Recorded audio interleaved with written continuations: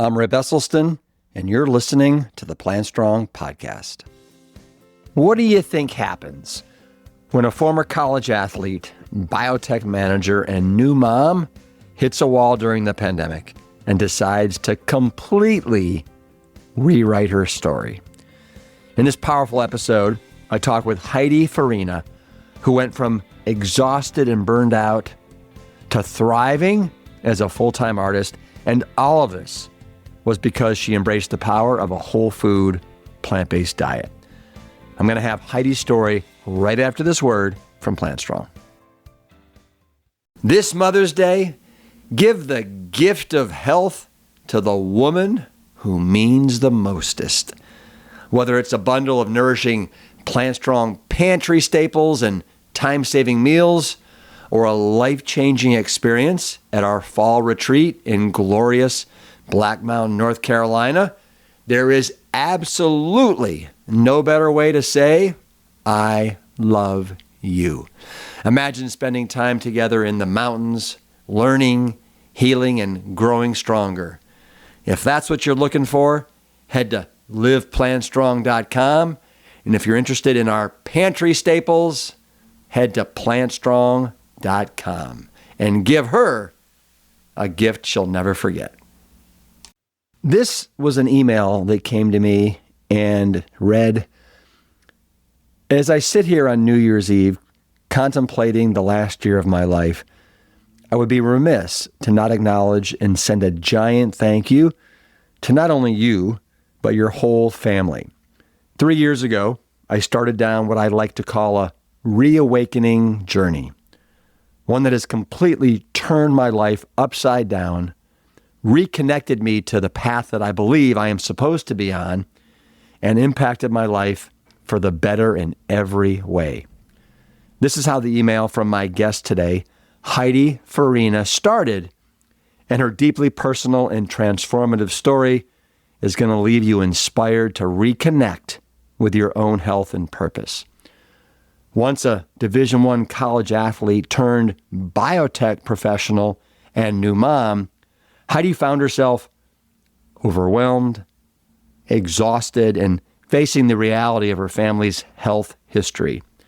After the tragic loss of her mother and grandfather to preventable conditions, Heidi began to reevaluate everything from her career to her daily habits. What followed was nothing short of a reawakening that she shares with me today. Please welcome Heidi Farina. Heidi Farina, welcome to the Plantstrong podcast. You are a native Clevelander, and so I already like you. That's that Midwest spirit. Thank you. Thanks for having me. Absolutely.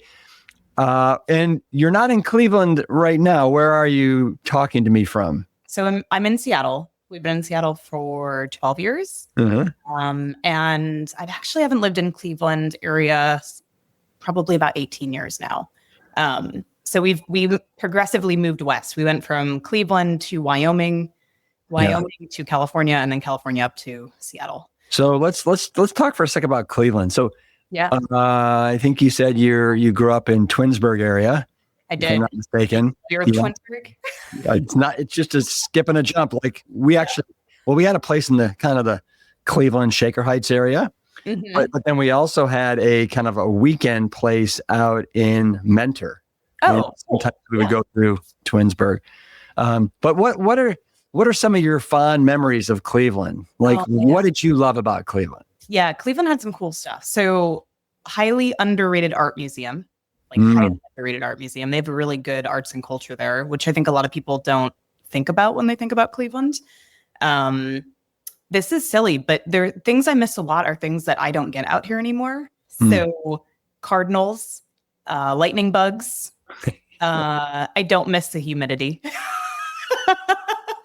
And I think things like that, like little things about living in Ohio that we don't get out here and haven't had in any of the Western states, really. So really it's like lightning bugs, cardinals, that like frog noise when you go to bed. Yeah. All that kind of stuff is things I definitely miss. So. Yeah. I will always adore and love Cleveland. It will always have soft spot in my heart. Absolutely. Do And you I miss love, anything or no? oh, well, yeah, obviously I miss the seasons. Mm-hmm. I miss the snow.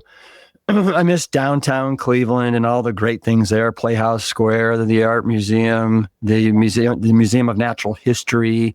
Yes. You know, the culture in Cleveland is very deep and very rich. Yes. Truly. You know, I miss the Cavs, the Browns, the Indians. Yeah. Actually, it's not the Indians anymore. It's the Guardians, I think.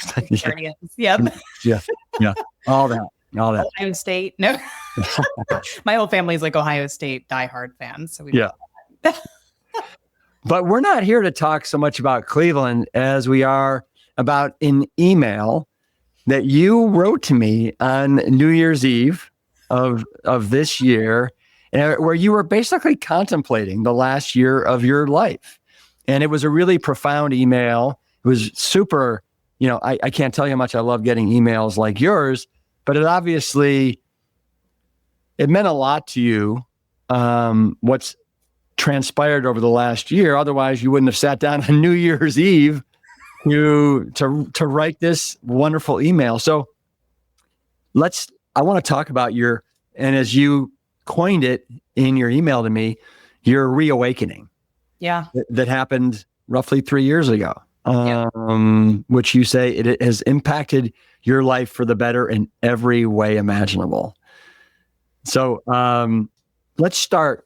I think you say that there were 2 deaths that happened in your life that kind of to this day still haunt you. Yeah, one of them I wasn't around for, but it haunts me anyways. My grandpa, who I didn't meet, because my mom had me. I'm the 5th kid out of 5 kids, and she had me when she was 36. So my grandpa died before I was born of a heart attack. And I have more details around the health situation now. But basically, all I had known growing up was that he died of a heart attack. He went to the hospital. They thought it was okay and he was going to make it. And then 12 hours later, he died. And so that was really traumatic, I think, for my mom. She definitely talked about it to me. But then when I was 19, my husband and I got married really young. We got married at 19 and 20. And we moved immediately to Wyoming when that happened, when we got married. And she passed from a hemorrhagic stroke at 54 while that first year we were in Wyoming, which was super traumatic for me. I definitely went through a pretty rough patch in life in general around that. But, it was one of those things. I was so young that I kind of didn't think about my own health. I just thought about oh gosh, my mom has passed really young. She was really instrumental in my life. She's a stay-at-home mom with me. So it was hard, but I didn't think about the health ramifications or what it meant that my grandpa had died young and that my mom had died young. And so, that's kind of why when I did start realizing my health was slipping, that I started kind of digging into the health line of my family a little bit. I started asking relatives who knew my mom and dad and my grandpa and other people that were no longer in the family, what was going on.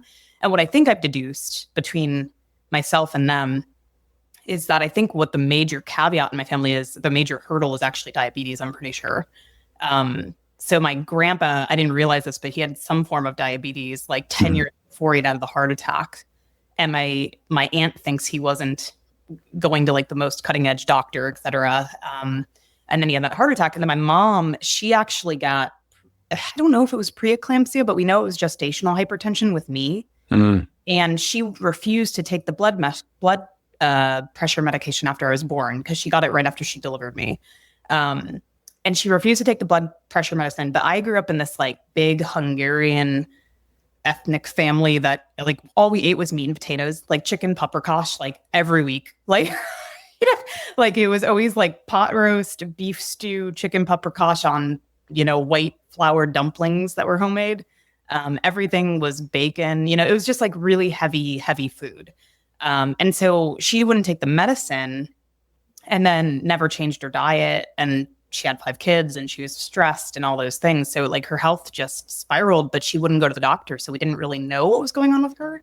And so the hemorrhagic stroke, in retrospect, I'm yeah, that makes sense. She probably had diabetes. She probably had heart disease.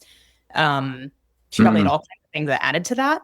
But because she didn't take care of herself, to be honest. Like because of that, I don't really know what happened, but it's a domino effect of all of the health choices kind of piling. And then, I genetically tested myself because that's my background is genetics.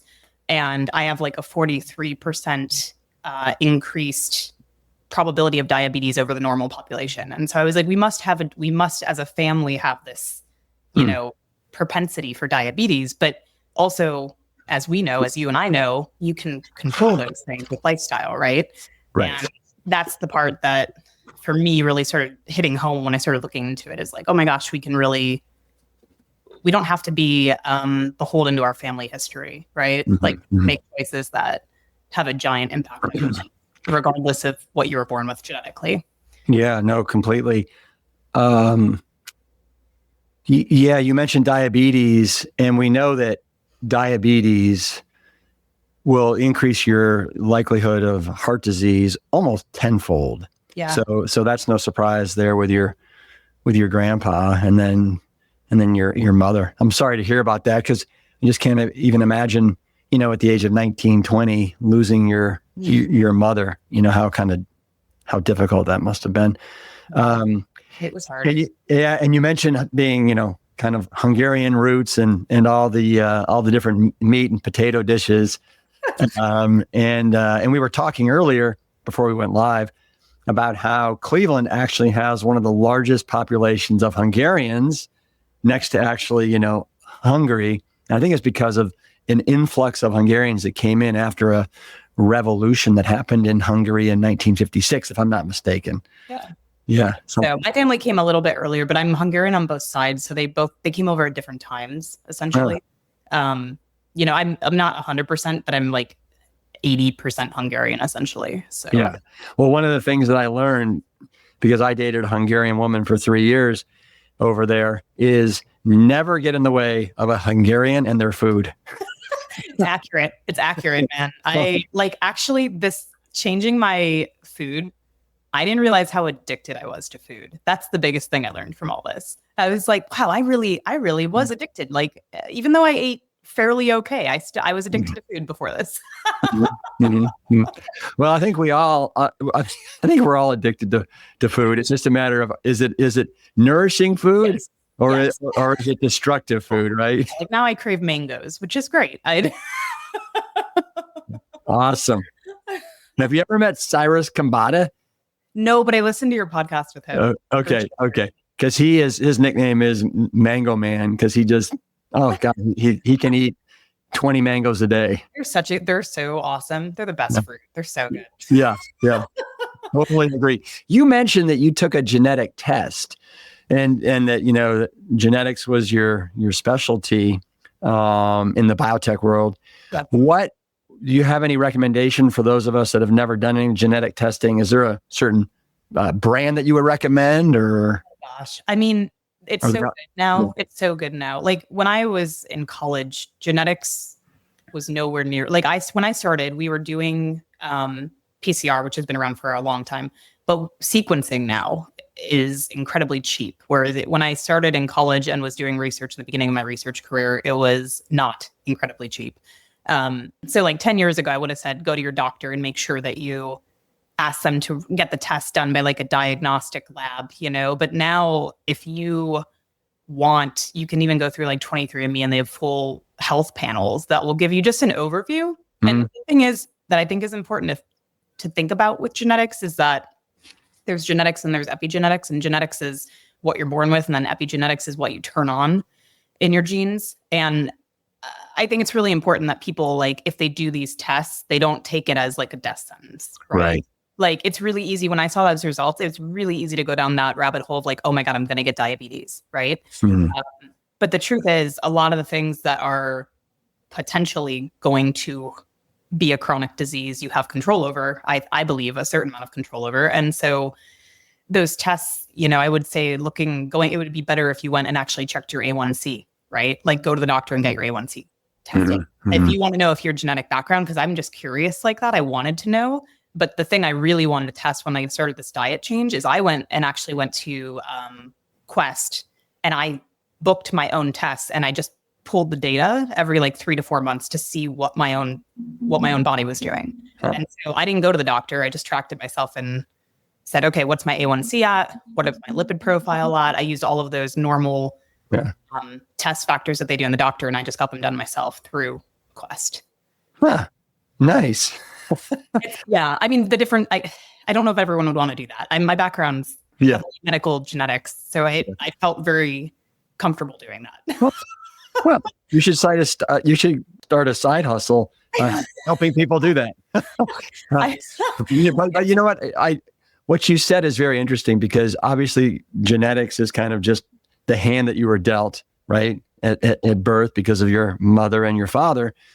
And then epigenetics is kind of what you can change, what you can kind of alter, I think, through diet and lifestyle and other factors.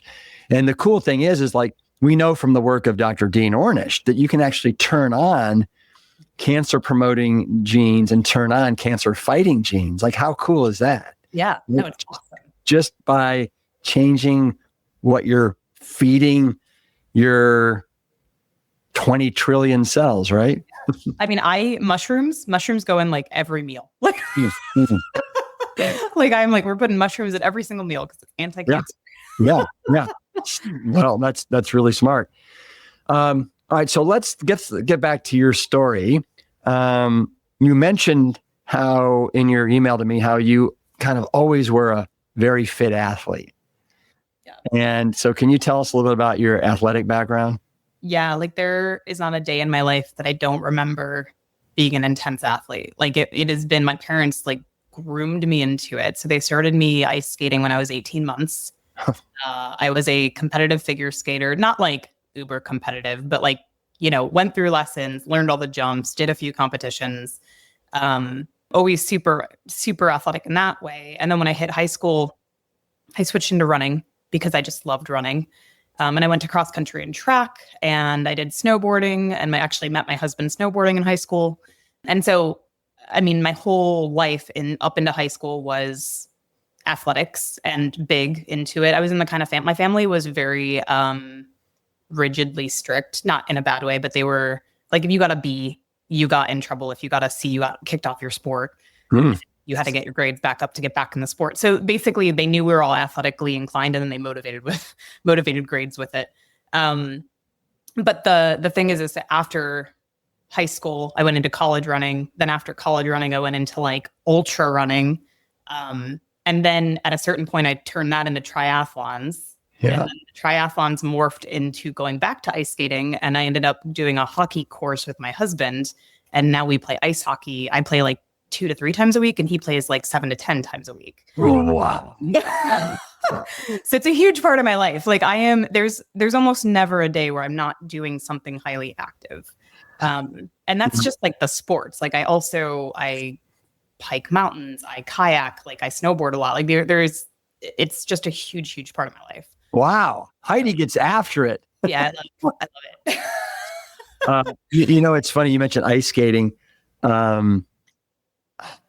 This last Christmas, our family, we went to the North Shore of Lake Superior, and we found a little frozen lake, little inland, and we rented some skates, and we all went skating, and we were probably out there for 2 hours, just kind of skating around. And I couldn't believe it was such a cold day, but I couldn't believe how warm I got after about 5-10 minutes of skating around. It's a workout. It is a workout. It's great. And it's fun too. Yeah. Like you don't really notice until you're done. You're like, oh, I'm actually tired. That was a good time. Yeah. All right, let's talk about, so 3 years ago, you wrote to me and said that you were about 33 years old. You were living in Seattle. You had just had your baby daughter, and you were in your biotech job, and you were absolutely exhausted. So like, explain to me, like, what did that exhaustion look like and feel like? I was drowning. I didn't even realize I was drowning until I blew it all up. Yeah. So, and so it's multi-factor. So I had a baby, which in itself is exhausting, right? Like having a baby, growing a baby, not sleeping from that baby. That was all happening. And then when I went back to work, and I took a long maternity leave, but I went back to work around 6 months postpartum. And so what would happen is I'd wake up with the baby in the middle of the night, feed her, go back to bed. I'd be up by 6:30 on my email, doing emails. Then work calls usually start around 8 a.m. They'd go until 5, and I managed 8 people. So it wasn't like the kind of job where I could just shut it off at 5. If someone had to call me or email me, I had to be there. I had to be doing something for them, which was great pre-baby. I didn't mind that at all pre-baby. But post-baby, I was like, I actually am exhausted and I just need to nap or go for a walk or something. So it'd be like 5 p.m. And then I would hang out with my kid as much as I could in that time gap before she went to bed, which at that time, newborn, so it was like 10 p.m. But that would be 10 p.m. And then at the same time, I was getting reinvested into painting and my art. I was already kind of starting to develop an art business. And so from like 10 to 1:30 in the morning, I would paint, partly for like mental health of like, I need to do something for me. And partly because I really just felt super connected back to art again. And so it was this like cycle of me getting like 6 hours of sleep max and putting everybody above myself except for that one period at the end of the night, right? Like it was like wake up baby, wake up work, back to baby, and then maybe a couple hours to paint. I was dying. I was really tired. I didn't want to go like that's when I knew something was wrong. I didn't want to go work out, which has never been an issue in my life. Like I've always been the person that like was jonesing to go work out. And I just couldn't get myself off the couch. We were ordering takeout a lot, which is awful for you in a lot of ways. And then little things started creeping up. Like I would wake up and my feet would be sore in a way that I'd never had soreness, or I'd get tingling in my fingertips. And I was like, something's off. Like I'm not good right now, you know? Yeah, no. So it sounds like you had a lot of red flags. Yeah. They were popping up saying, Heidi, yep, you need to make some adjustments here, girl. And you also in your email mentioned that you're 5 feet tall. Yep. And that at this point in your life after the baby, you were about 45 pounds overweight? Yeah. It's interesting too, because pregnancy, I gained about 30 pounds, but I actually lost most of it after I had the baby. Like a lot of it, I think, was water weight because I was back down to like 10 pounds from my normal weight. But the problem was I was so exhausted and so stressed once I went back to work that's when it started piling on. And I was like, oh my God, this isn't baby weight. This is like life weight and stress and unhealthy choice weight. So yeah, I'm 5 foot and I was like 175, which weirdly, I don't think I looked awful because I think I'm muscular, so I think it hid okay, but I felt awful. I felt really awful. So. Well, and so that leads me to one of the things that I love about your personal journey is how you had the courage to kind of take a hard look at your life and where you were and the fact that, okay, Heidi, you're drowning. This isn't sustainable. We got to make a pivot. And it sounds like it wasn't a like abrupt pivot, but like you just mentioned, one of the things you did to keep from drowning, to basically cast yourself a life buoy, was you went back to a passion that you had from your early days, which is painting. So tell me, I want to hear, because I think this is such an important part of your story. What was it, or is it about painting that grounded you and gave you allowed you to have that self-reflection? Yeah, I'm not entirely sure. So I was an artist, like same way that I figure skated from very early. My earliest memories of life were making art, like very vivid memories of making art as a little kid. And I majored in it when I started in college. That's what I majored in. But I grew up in a pretty poor family, and all I could think about while I was majoring in it was like, how do you make a career on art? And I didn't want to live in New York City, you know? And I was like, what do I do? Right. I live in Wyoming. It's like, can I even make money on this? And so that's when I switched away from art into science, because I also loved science. And so I just wanted to switch into that to like get a career path. But the art has always been a giant passion. So basically when I was painting at home what happened is actually the painting started around COVID. So when the world shut down, my job went gangbusters because we made the diagnostic systems for COVID. And so basically I was working while everybody else was working from home, I was out in the field in Seattle at the labs that were finding the COVID outbreaks. We were training them on how to run the systems. I was like very, very much involved in the first responder type group. And so we couldn't travel anymore, but we were also doing these like crazy intense work related things due to COVID. And so I was like, oh, I want to start painting again just for me now that we're not traveling as much, because I have to go out in the field and see people in Seattle, but I can actually not be on my airplane as much. So I started painting again around COVID. And that turned into like a watercolor painting just for fun. And then morphed into me getting back into the mediums that I used to do, which is oil and acrylic. And I just realized how much it shut my brain off. Like I could sit there and 3 hours would disappear and I felt awesome and I loved what I was doing. And I opened up this whole side of me that I kind of forgot I had. So it was really powerful to remember like, oh yeah, I'm not just like an automated worker bee. I'm not just and what person that's here doing stuff for everybody else. Right. and what side do you feel like it opened up? What side of you? Like this creative side that you kind of had shut down, or creative, spiritual, all of it. I'm not really, I grew up in a very religious family and I'm not very religious, but I am what I would call spiritual. And I think it opened up like this, like self-love, like this need to do something I really loved that was purely for me. It was purely selfish, which a lot of my life has not been purely selfish. And so, it kind of felt good to lean into that, as much as that sounds weird. But it was also like that connection point to nature. Like when I switched into science, I actually majored in zoology genetics and I was working in wildlife ecology first before it switched into medical genetics, because that's what I loved most, was like being out in the mountains and being out. Like, that's why we live in the Western states, was I love mountains, I love ocean, I love the ecology that goes with that. So it was this combo pack of like, I can be in the places I love, I can paint them, I can sit and observe them, I can just feel my life. I don't know, I can feel all of life doing this, whereas the rest of my life was like sitting in front of a computer looking at data, you know? Yeah. Well, so now, I love all that.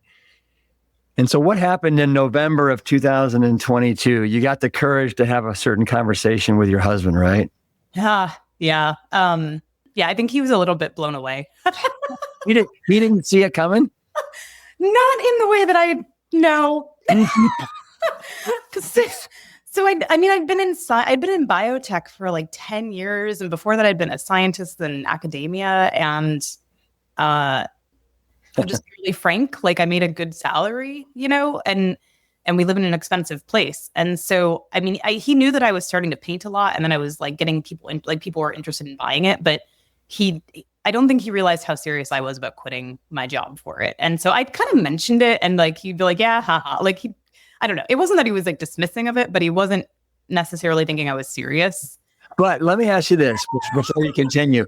But did your husband not see, or no, he did. He totally did. Did he not read the room that you were drowning and you were not enjoying what was going on? No, he did. He knew that part. I mean, we had multiple conversations about like, what do we do to make this more bearable? Because and it's hard because we live very far away from family. So, you know, we don't have this like giant support network when we have when we have Isla, and if we have more kids, like we can't just pick up a phone and call someone and say, hey, come over. I'm drowning. Right. So he knew that. And he's been awesome about being like, hey, I'm going to take her for 2 hours. You go play hockey. But I don't think he realized like how much I was drowning in the job front. Like, and to be honest, I wasn't really vocalizing that to most people. Like, I loved my job pre-kid. So it was a really hard decision to give it up, because I had invested years in what I did, and I had gotten pretty high in the company, and like there was a lot to give up, you know? So it was a scary idea. So I don't even think I vocalized it 100%, because I was like, am I going to do this? Like, this is crazy. Like, So, okay. So you had this conversation with your husband about, hey, what do you think if I paint full time, right? Yeah. So I had sold a little bit of artwork just from painting at night and like putting it on Instagram. And I basically tracked those numbers. And I was like, if I can do this full time, like I know me, then I can extrapolate this. And how much would that be? And so I basically went to him with like a business plan. And I was like, here's what I've done so far. Here's what I think I can do. It's a really big risk. Do you trust me? And, the first conversation, he was like, okay, I hear you. I'm not sure this is a perfect idea, but I hear you. And then I kind of had repeating conversations. And by about 3 or 4 months in, he was like, okay, just do it. Yeah. You're wearing me down. Yeah, a little bit. Let's be done with it. So now let me ask you this. So you decide you're going to lean into it full time. Yeah. So you're not really leaning into it. You're jumping in, right? What did the people at your work think? Were they like, everyone was like, you've got a job when you want to come back in 3 months?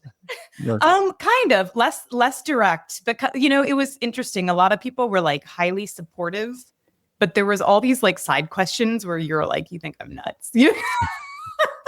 So it'd be like, oh, tell me about that. How do you make money on art? Or how do you sell art? Or I didn't know you could make money on it. Like just a lot of those kind of questions. So it might have been curiosity, but I think a lot of people thought I was taken off to be a stay-at-home mom. Yeah. Which I get. I totally get. Like it's a weird pivot to hear someone's moving from like full-blown hardcore science to painting.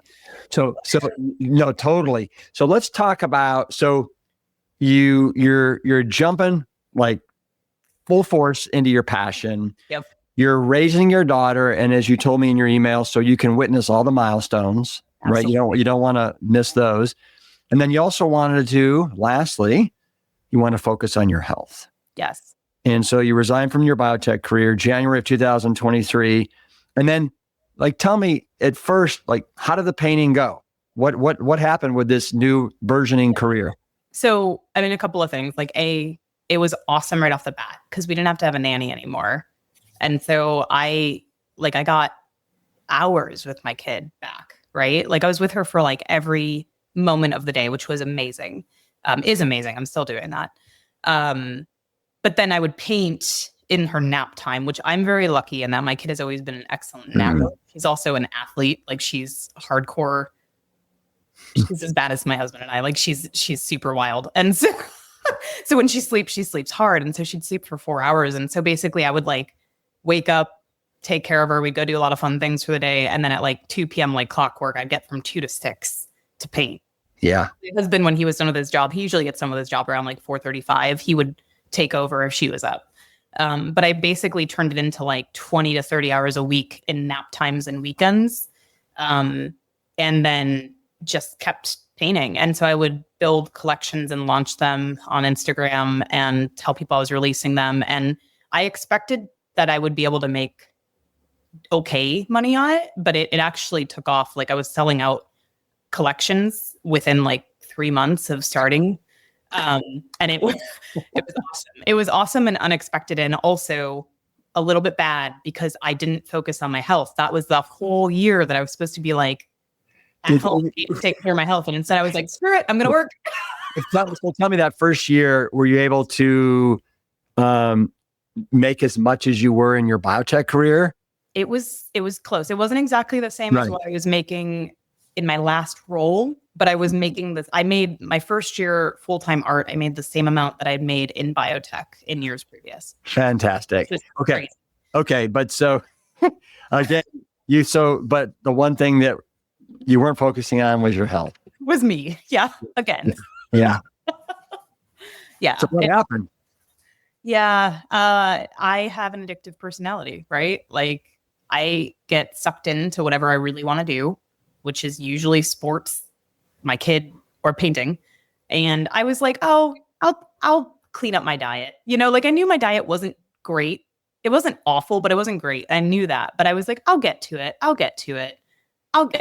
And I just kept putting it off. And then I'm not even sure what triggered. I think it was just like, I was a year into the art And I know what it was. yeah, it was the snowboarding. You went on a snowboard trip. Yeah, I was like, what was it? It was, yeah, because there was a few things. Like none of my clothes fit. I couldn't get into any of my old clothes, which was really ticking me off because I'm cheap and I didn't want to rebuy clothes. And so I was really mad about that. But then I was snowboarding and my button popped open on my pants while I like did a jump. And then I had to like tie it with a hairband. And I was like, this is ridiculous. I'm not pregnant anymore. What am I doing?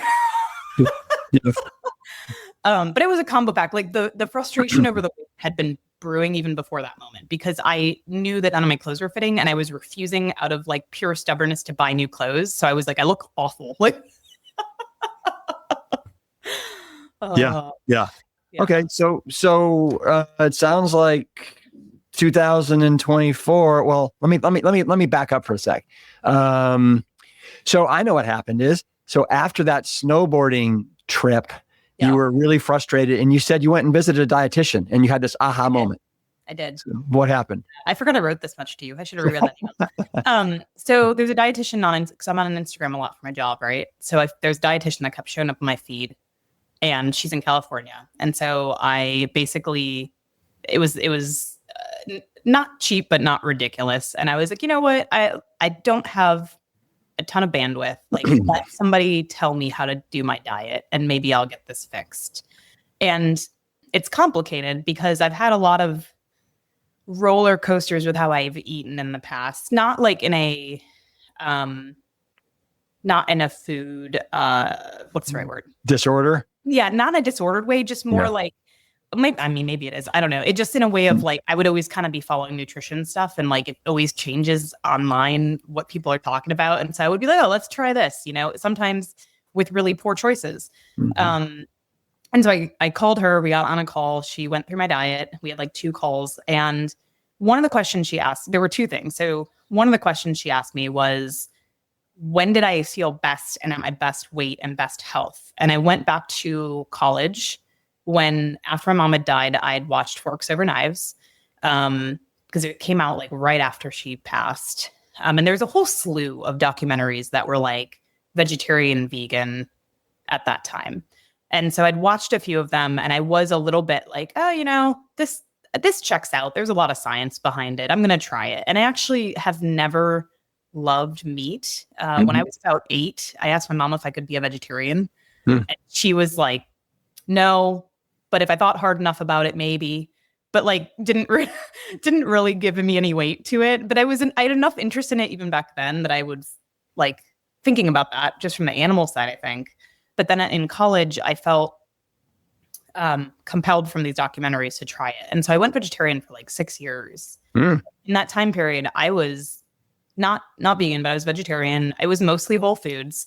And I was running 6 miles every day, like felt awesome, doing sprint workouts. I remember my energy just being really good. And then I slowly fell off because out of habit, my family had grown up eating a ton of meat. And so when I'd be like, oh, I really want stuffed cabbage rolls. And I'd be like, oh, I guess I could have beef today. Like it would just kind of slowly creep back in when I was not being vegetarian anymore. So her asking me that question kind of jogged me back to that. Mm-hmm.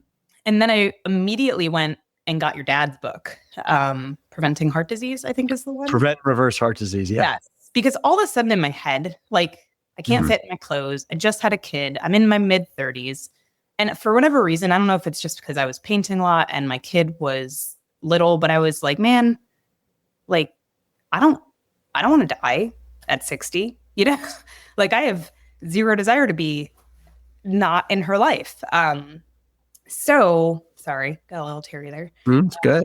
So I basically like, it was an eye-opening moment of like, I'm going to read these books because I clearly watched the documentaries and I've forgotten about them.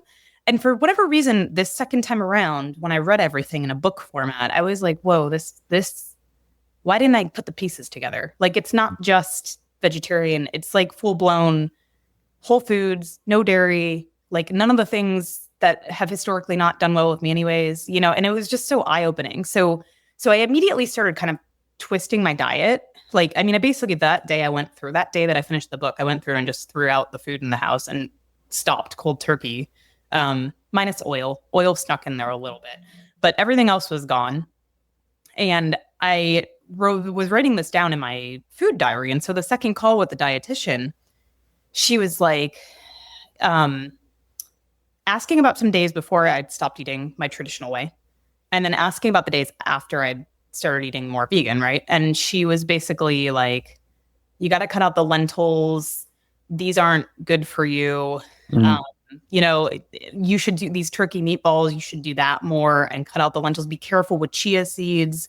The fat in those can really mess with people. And I was like, man, I've read enough scientific literature to know that that's not true. Like PubMed publications do not at all back that up. And so I kind of lost trust in what she was saying after that second call. And then I was like, forget it, we're going all in. And that's when I read all the books and listened to all the podcasts. And I probably spent hundreds of hours in the car driving, listening to podcasts of you and other people, just like revamping my mind. And the more I did that, the more I would then look up literature. And I was like, this all checks out. Like there's everything points to humans across the world generally respond better to this. I need to pursue it. So you took this reborn passion for whole food, plant-based, wanting to be around for decades and decades, to paint, to be with your husband, to be with your daughter. And you basically said, you put it all on the line saying 2024 is going to be the year of balance for me. And you figured it out, right? Yeah. I pulled back on the art a little bit, and you wouldn't be able to tell, like I was still launching the same amount of work, but what I did was I went slower. Like I would still paint the same amount, but I was like, you know what, if an Instagram post doesn't happen every single day, that's okay. If I let go of some of the other things like the social media, I'm not saying let go of it altogether because it's a big part of it, but I was like, that can taper off a little bit. I was like, also, I have a tendency to, like, I always take my daughter and do fun stuff. Like I want her life to be very enriched. So like we go to the zoo, we go ice skating, we go to the pool, like we do something almost every day, which is great. But I was also like, I need to make sure that I get an hour at the gym and also 40 minutes a day to cook. Like these are things that are just like, we don't need to be doing takeout as much. And so 2024, where I had kind of taken the art and kind of put it in place of the biotech and just supplemented workaholism for more workaholism, 2024 became like, you know what, it's still important to me and I need to run this as a business, but I also need to remember why I did all of this, which was to have a life that was more balanced and to be a better parent and to be around a long time and to be healthy for everybody and to see my husband more, all of those things. So 2024 was it for that. How wonderful. And what happened as far as your health? What happened with your weight, blood pressure, working out, all that stuff? Yeah. So I got the test. I got the original test through Quest. It was Quest, I think. But basically I got lipid profile, a bunch of nutrient panels, and then I didn't get A1C at that time. So I actually wish I would have, because I want that data. But I tested that first. And none of it was awful, but none of it was great. My LDL was slightly elevated. And then I switched the diet over. Within a week, I'd gotten that test and switched the diet over completely. And then I was like, okay, I need to give this a few weeks to see how it goes. And the first test back, I dropped from like 110 LDL down to 80. Yeah. Somewhere around there. I have to look at the exact numbers, but it was a substantial jump down. Completely expected and normal. 30 points in your LDL. Yeah.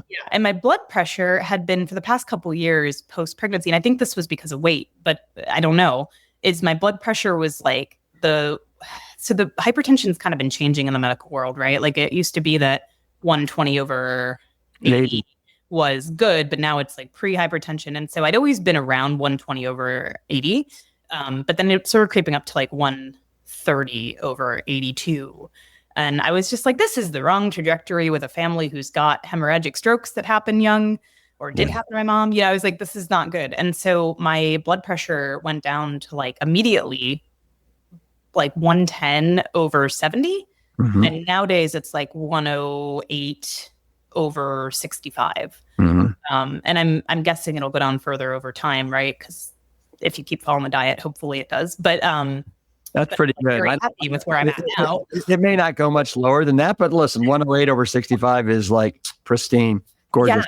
Yeah. And even like it was weird because I track everything on my watch and my heart rate. Like I was like, wow, my heart rate had dropped a ton because I've always been an athlete. And so it was very clear that like either the salt and the diet were picking up my heart rate too. So Nice. And you also mentioned how you were able to skate hard without getting winded again, which felt amazing. You were doing these like sprint workouts again, running, and you were doing times back like when you were a college athlete. Yeah, it was insane. Like so many things switched over. Like hockey I'd always been a really like a try hard at hockey scenario, but like I didn't realize how much I was gassed until I changed the diet. I was like, oh, I can breathe like really easily while going fast. And the running, like, I used to run in high school. I ran a 5:15 mile. Nice. Yeah. And in college, like my average is around 7 minutes per mile for a 3K or a 5K, 3 miles. And I was back down to like a 7, like in the past year, I've been back down to a 7:30, if not lower. I've gotten down to 7 at some point. But like I can do a sprint again, and I was like, that hasn't happened in years. I haven't done a mile that fast in years. Yeah. And what happened to your weight over the last year? Yeah. So I dropped. So the minute I changed, so that's what's so interesting too. So the exercises stayed the same for all these years, right? Even though I didn't feel as good, I was exercising the same. But the minute I changed the diet, it melted off. Like it went from, kind of dropping steadily from me making slightly better choices. Like I would lose a couple here, 5 here, to I had to have lost 20 in a 2-month period. It was crazy. It was super quick. Yeah. And so just everything melted off the minute the diet changes happened. And I was shocked. Like it felt like 6 months had gone by and I dropped I dropped like 40 pounds. And are you at your fighting weight right now? So I'm a little bit heavier right now because of Christmas. Winter weight. No, I went up a little bit, but I'm still within like 5 pounds of where I was. So. That's great. That's great. Way to be. Tell me, for all the listeners, like I'm sure they're wondering, like, so Heidi, like, what does a typical day of breakfast, lunch, and dinner look like in your household? Yeah. So breakfast is almost always oatmeal. It's actually funny. My husband does this diet mostly with me now, and he's always like, maybe something other than oatmeal. But do you do roll those? Do you do steel cuts? You do a little bit of both. I really love. I don't know if I got this from your mom, but I have done this way before I started listening to your podcast. So I don't know if it came from like a recipe your mom had out in the world, but I really like the steel cut oats with like turmeric and veggies in it, like at the savory. It reminds me of congee. Like I like that savory spicy. So I do that a good amount with steel cut oats. And then kind of our quick go-to is oatmeal with like frozen berries in the winter or fresh in the summer. And it'll be like some kind of alternative milk, usually like yours that you make for Plantstrong or soy milk. And then we'll do like ground flaxseed, hemp, chia. In fact, my husband at one point, this is kind of funny. He's going to kill me for sharing this, but he was like, whatever is making me poop more, could you stop with that? But I was like, no, you're supposed to be. We're adding more flax. No, that's good. We're cleaning out your colon, man. This is a good thing. It was like a good month conversation where he's like, I don't know about this.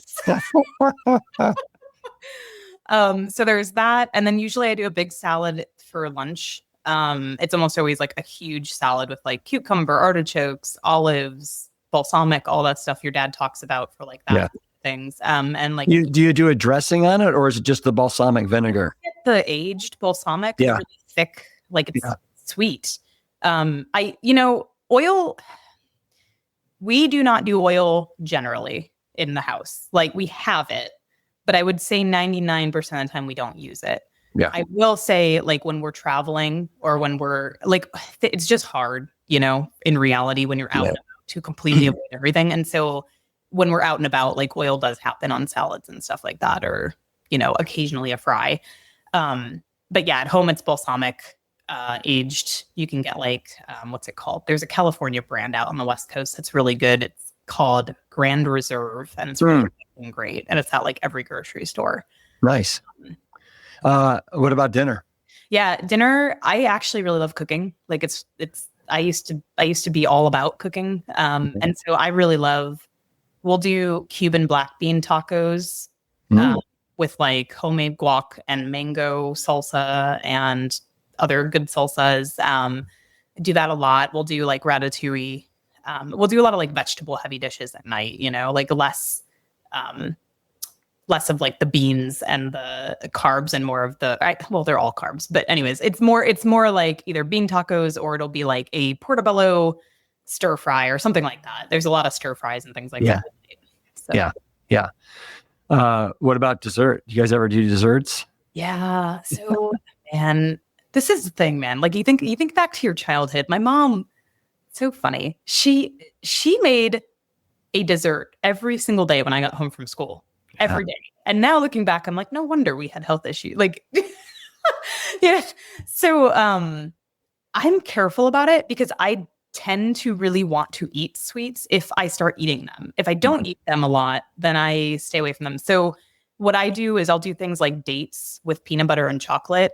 Yeah. Like things that are kind of hitting that sweet spot, but without as much crap in them. Yeah. You just got to, but with the dates and the peanut butter and the chocolate, you got to call it 2 or 3. You can't go to 5, 6. Yeah. We make them and we freeze them, and then I'll pull out like 2 and have it with coffee or something. But you know what? Listen, it was my birthday just a couple days ago, and instead of having we have this amazing place called Mr. Natural, and they have the best vegan birthday cakes. But I was like, no, I don't want a vegan birthday cake. Instead, my youngest daughter, Hope, who's 10, she makes the best pitted dates with chocolate and with peanut butter inside, and then enrobed in chocolate, dark chocolate, and then she freezes them. And so that's what I had. I had like a date peanut butter chocolate cake that she just piled up. It was awesome. That's awesome. I mean, it tastes like Snickers. It really does. Like dates are underrated. Super. Totally. Yeah. The other thing is my mom always made apple crisp, which I love, but she made it like full butter, tons of brown sugar in it. So we've moved to making apple crisp, but we'll do it with date syrup. And I will use a little bit of vegan butter, like the cashew butter you can find, the Miyoko's. I'll use that. Yeah. It gets like a very similar taste to the apple crisp. That's like for holidays, though. We make that like on Thanksgiving or Christmas. Yeah. All right, wonderful. Before we sign off, Heidi, I really want you to tell me a little bit more about your artwork. And like, do you do landscapes? What's your jam with painting? So I mentioned this a little bit. I feel like we've talked about a lot. My husband and I met snowboarding, and we live 5 minutes from the ocean in Seattle. Like we're 5 minutes from where orca whales swim. And so like I love, like my favorite thing in the whole world outside of my sports addiction is just like walking on the beach and seeing whales pop up, or going to the mountains and snowboarding with my husband or other people. And so I paint those places. Like I paint the places that I go for walks. I paint the places that I go snowboarding. I paint the places that you drive through to get to hockey tournaments in Eastern Washington. So that's what I do. I love it. Like I absolutely love this state. I don't think we'll ever leave the Pacific Northwest unless we have to. And I love painting it. So that's what I focus on. So if people that are listening are interested in your artwork, where's the best place for them to go to check it out and then potentially purchase something from you? Yeah. There's not a lot on there right now, but there will be.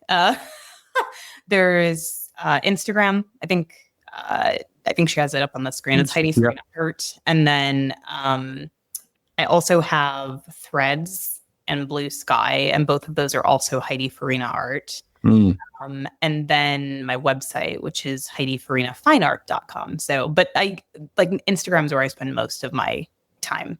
You signed off your email to me by saying how you didn't realize how important it was for you to have a support group.